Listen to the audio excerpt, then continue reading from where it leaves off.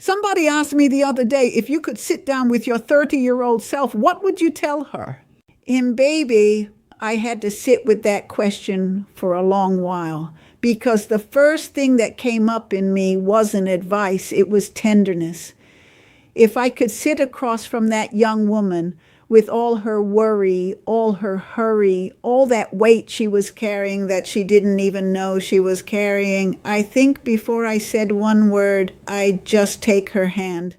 But if she'd let me talk, here's what I'd tell her. And I'm telling you now because somebody out there needs this today. I can feel it. The first thing I'd say is this: you are going to waste so much precious time worrying about what people think of you. And I need you to hear something. Most of them are not thinking about you at all. They're too busy worrying about what people think of them. All those nights you lost sleep over somebody's opinion, all the things you didn't try, didn't wear, didn't say, didn't become, because of people who were never even paying attention. Baby, the prison was never locked. You could have walked out any time.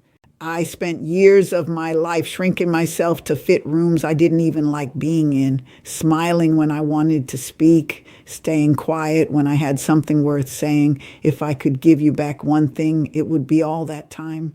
The second thing, that body you keep criticizing, one day, you're going to look back at pictures of yourself and say, Lord, I was beautiful. And I want you to know it now, not 30 years from now. You're going to spend your 30s picking yourself apart in the mirror. To this, not enough that. Meanwhile, that body is carrying you, birthing your babies, working those jobs, dancing at those weddings, surviving things that would have dropped somebody weaker. That body is not your enemy. It's the most faithful friend you'll ever have. Stop fighting it and start thanking it. Third, some of the people you're holding on to so tight, you're holding on to a season, not a person, and seasons end. That's not a tragedy. That's how God designed it. Some people are sent to you for a chapter, and when you try to drag them into the next chapter, you bleed for it. Let folks go when their season is up. The ones who are meant to stay won't need to be held that tight. They'll stay on their own. And while I'm there, and the ones who keep showing you who they are, believe them the first time, not the 5th time, not the 10th time. The first time, you will save yourself years. I mean that, years. Fourth thing, and this one's hard. All that running you're doing, chasing the next thing, the bigger thing, working yourself into the ground, telling yourself you'll rest later, you'll enjoy it later, you'll live later. Baby, later is not promised. I have buried people who were waiting on later. Good people, people with plans. The dishes can wait. The overtime can wait. Your babies are only little once. Your mother is only here while she's here. When somebody you love asks for your time, understand what they're really asking for. Because one day you would give anything for one more ordinary Tuesday with them. One more boring phone call, one more sit on the porch. Nobody gets to the end wishing they'd worked more. Nobody. Fifth, stop waiting until everything is perfect to be happy. You're going to spend years telling yourself, I'll be happy when I get the better job, when the kids are older, when the house is paid down, when things settle. Baby, things don't settle. There is always going to be something. Happiness is not waiting for you on the other side of your problems. It's sitting right there in the middle of them, waiting for you to notice it. The laugh at the kitchen table while the bills are still due. The good song on the radio while the car still needs fixing. You don't get the problem-free version of life. Nobody does. You get this one. Love it anyway. Sixth, your parents are people. I know at 30 you're still carrying some things. Ways they fell short, things they said or didn't say, love they showed sideways instead of straight on. And I'm not telling you those things didn't hurt.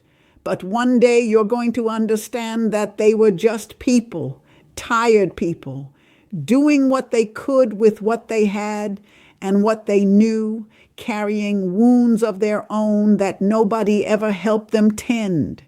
The day you forgive your parents for being human is the day a weight comes off you that you've been carrying so long you forgot it was there. Don't wait until the funeral to understand them. Do it while they can still hear you say it. Seventh, take care of your health while you still have it to take care of. At 30, you think you're made of iron. You'll sleep when you're dead. You'll eat better next year. You'll see the doctor when something actually hurts. Baby, your body is keeping receipts. Every year you ignore it. It's writing things down, and it will hand you the bill all at once when you least expect it. Drink the water, take the walk, go to the checkup, rest. Actually rest, not collapse. There's a difference. You only get one vehicle for this whole journey. Maintain it like you plan on driving it a long, long way. Eighth, you're going to fail at some things, publicly, embarrassingly, and you're going to think it's the end of your story. It is not the end of your story, I promise you.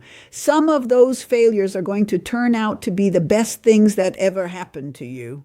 Doors closing so better ones could open, people leaving so better ones could find you. You can't see it at 30 because you're standing too close to the picture. But from where I sit now, I can see the whole quilt, baby. And every torn piece got sewn into something beautiful. Trust the needle even when it hurts. And the last thing, the thing I'd hold her face and make her hear. You are enough. Right now, not after you lose the weight, not after you get the house, not after everybody finally approves. Now, you were enough the whole time. And all those years you're about to spend trying to earn what was already yours, the love, the worth, the place at the table, I wish I could hand them back to you. Because here's what all these years taught me that 30 couldn't see. The things I thought mattered, the opinions, the image, the keeping up, none of it made the final cut.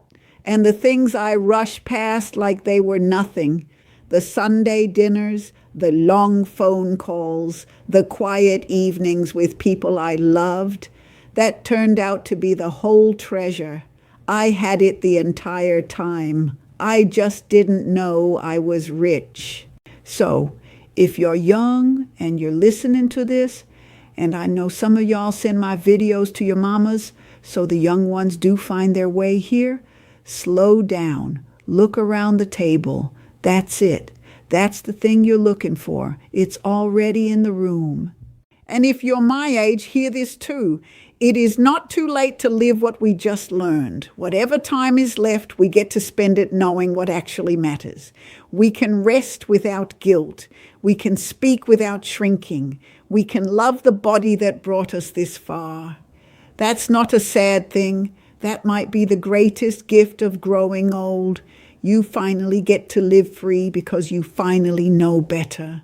Now, I want to hear from you. And I mean this. Go down to those comments and tell me one thing you wish you knew at 30. One thing, because your answer might be exactly what somebody else's child needs to read tonight. We've got a whole lifetime of wisdom sitting in this comment section.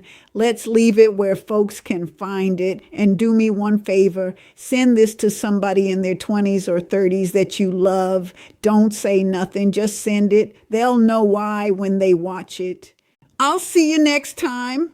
Take care of yourself and take care of each other.